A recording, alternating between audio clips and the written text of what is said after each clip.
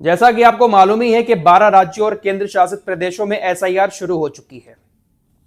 SIR क्या है इसके बारे में अब आपको बताने की जरूरत नहीं है, आप सभी लोग अच्छे से एसआईआर के बारे में जान चुके हैं।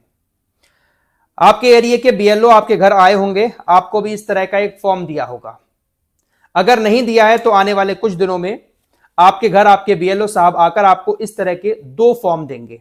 एक व्यक्ति को 2 फॉर्म दिए जाएंगे और दोनों फॉर्म एक जैसे हैं और एक ही तरीके से दोनों फॉर्म को भरना है।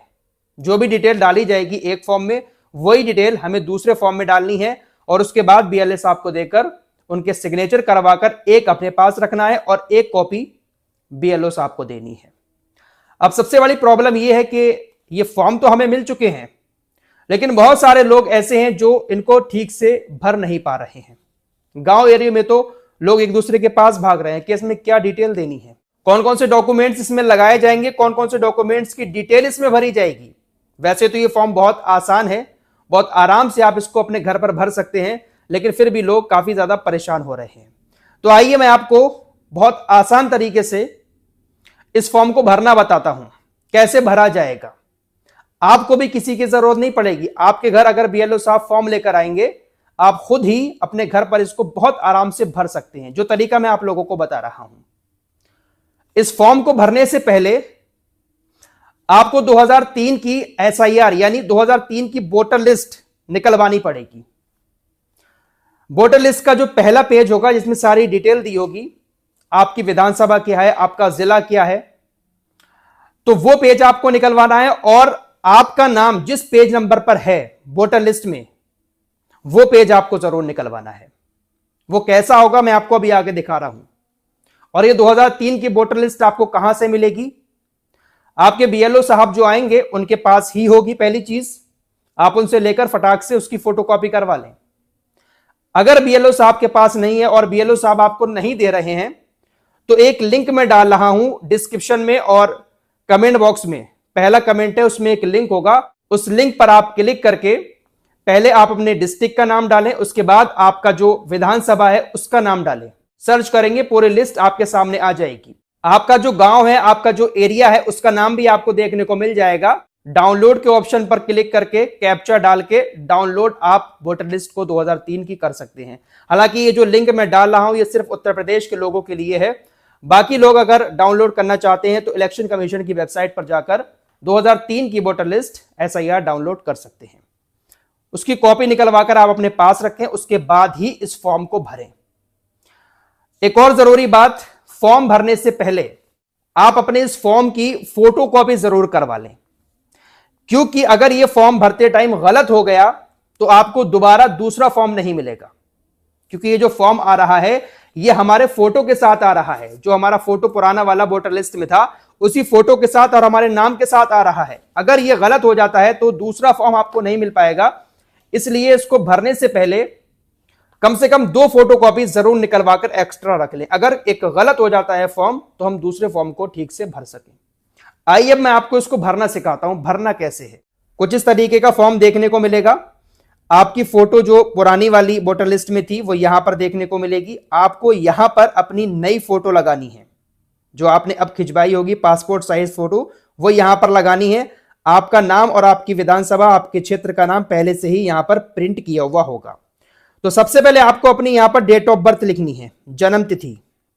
उसके बाद दूसरे ऑप्शन में आपको आधार संख्या लिखनी है। वैसे तो ये ऑप्शनल है, लिखेंगे तब भी सही है, नहीं लिखेंगे तब भी कोई बात नहीं है। तो आप यहां पर अपने आधार नंबर जरूर लिख दें। उसके बाद मोबाइल नंबर डालें अपना। फिर आप अपने पिता का नाम यहां पर डालें। पिता का नाम डालने के बाद अब यहां पर जो कॉलम है इसमें काफी लोग कंफ्यूज हो रहे हैं।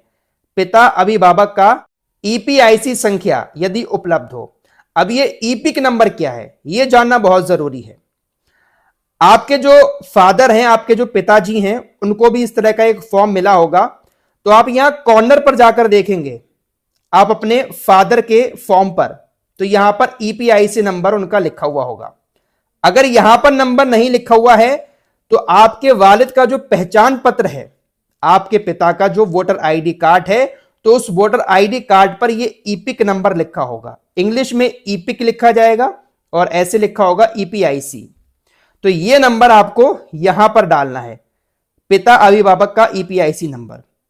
उसके बाद आपको अपनी माता का नाम लिखना है, माता का ईपीआईसी नंबर, उनके भी यहां फॉर्म में लिखा हुआ होगा, जो आपकी माता का फोटो है यहां पर लगा हुआ, उनका यहां पर ईपिक नंबर लिखा हुआ होगा, ठीक है, वो आपको यहां पर माता के आगे डाल देना है। आपकी अगर शादी हो गई है, आपकी बीबी है, तो आप अपनी बीबी का नाम लिखें, या आपके शौहर हैं तो आप अपने शौहर का नाम यहां पर लिखें, हस्बैंड का नाम, और उसका भी ईपिक नंबर यानी ईपीआईसी नंबर जो पहचान पत्र में होगा या फॉर्म में होगा, वो नंबर आप यहां पर डाल दें। ये कॉलम क्लियर हो गया। अब आते हैं इन दो कॉलम पर। सबसे बड़ी कंफ्यूजन इन्हीं दोनों कॉलम में है। अगर आपका नाम 2003 की वोटर लिस्ट में है तो आपको यह वाला कॉलम भरना है, और अगर आपका नाम 2003 की वोटर लिस्ट में नहीं है तो फिर आपको यह वाला कॉलम भरना है। अब पहले बात कर लेते हैं उन लोगों की जिनका नाम 2003 की वोटर लिस्ट में है। तो सबसे पहले यहां पर अपना नाम लिखेंगे, जो आपकी 2003 के वोटर लिस्ट में नाम लिखा हुआ है। उसके बाद वही ईपिक नंबर जो पहचान पत्र नंबर है वो भी आपका वोटर लिस्ट में मिल जाएगा। मैं आपको वोटर लिस्ट एक बार दिखा देता हूं। इस तरह की वोटर लिस्ट होगी, तो ईपिक नंबर ये है, ये साइड में ईपिक नंबर आ रहा है, लास्ट में फोटो पहचान पत्र संख्या, ये नाम आएगा, ये ईपिक नंबर होगा। तो 2003 की वोटर लिस्ट में जो ईपिक नंबर आएगा वो आपको यहां पर डाल देना है। अब आता है संबंधी का नाम। इसमें क्या लिखना है?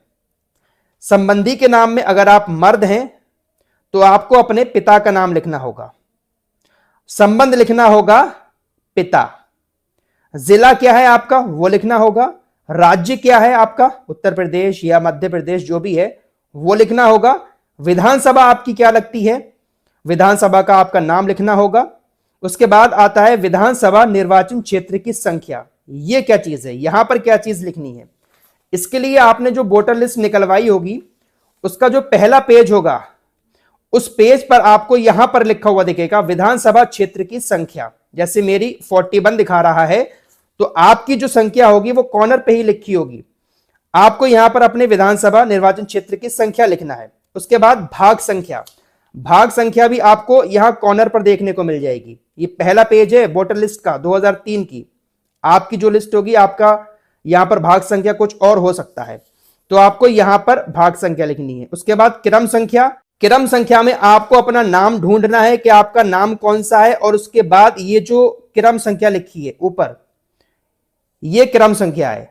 आपके नाम के आगे जो भी क्रम संख्या होगी वो आपको इस क्रम संख्या के कॉलम में लिख देनी है।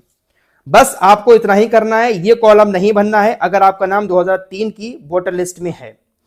और अगर आपका नाम 2003 की वोटर लिस्ट में नहीं है तो फिर आपको ये कॉलम छोड़कर ये वाला कॉलम भरना होगा। जैसे मैं अपना एग्जांपल लेता हूं कि मेरा नाम 2003 की वोटर लिस्ट में नहीं है, तो मैं अपने पापा का नाम इस कॉलम में भरूंगा, क्योंकि मेरे पापा का नाम 2003 की वोटर लिस्ट में है। तो सबसे पहले मैं अपने पापा का नाम यहां पर लिखूंगा, उसके बाद उनका ईपिक नंबर लिखूंगा, उसके बाद संबंधी का नाम, यहां पर मैं अपने दादाजी का नाम लिखूंगा यानी पापा के पिताजी का नाम, और उसके बाद संबंध क्या आएगा पिता, यानी दादाजी हमारे पापा के पिताजी हुए, तो संबंध में पिता आएगा।